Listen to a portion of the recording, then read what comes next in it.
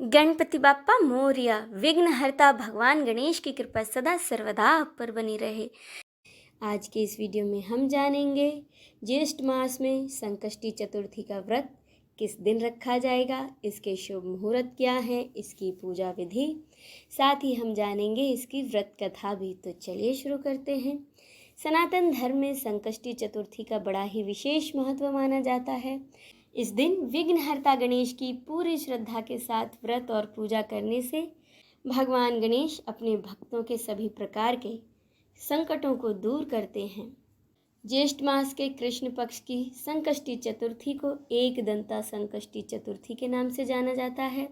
संकष्टी चतुर्थी का व्रत भगवान गणेश को समर्पित है, जिन्हें कि सभी बाधाओं और संकटों को हरने वाला देवता माना जाता है। संकष्टी का तो अर्थ ही संकटों से मुक्ति दिलाना है। इस विशेष चतुर्थी को एक दंता संकष्टी चतुर्थी कहा जाता है। एक दंत भगवान गणेश के 32 स्वरूपों में से यह एक है, जिनका कि एक दांत है। कुछ भक्तजन इस व्रत को संतान की लंबी आयु और उनकी रक्षा के लिए रखते हैं। संतान प्राप्ति की कामना करने वाले दंपतियों के लिए भी यह व्रत अत्यंत ही लाभदायक है। इस दिन किए गए धार्मिक कार्यों का विशेष फल मिलता है और जीवन में आने वाली सभी प्रकार की बाधाओं से मुक्ति मिलती है। पंचांग के अनुसार ज्येष्ठ मास के कृष्ण पक्ष की चतुर्थी तिथि की शुरुआत होगी 16 मई को सुबह 4:02 से और इसका समापन होगा 17 मई को सुबह 5:13 पर।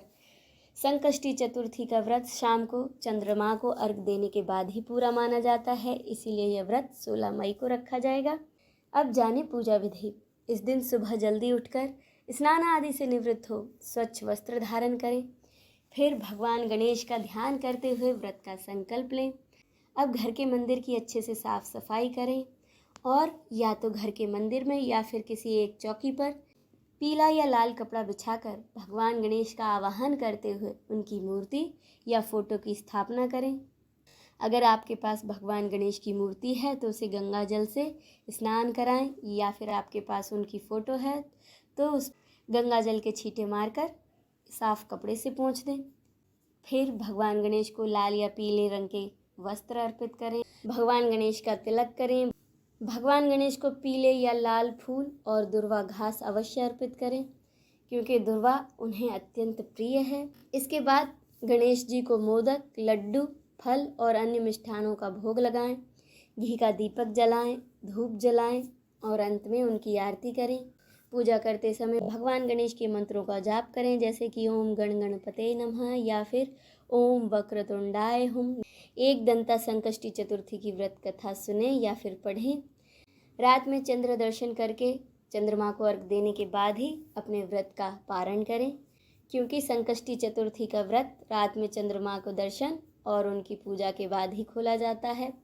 पारण में सात्विक भोजन ग्रहण करें और अपने सामर्थ्य अनुसार गरीब और ज़रूरतमंदों को दान अवश्य दें।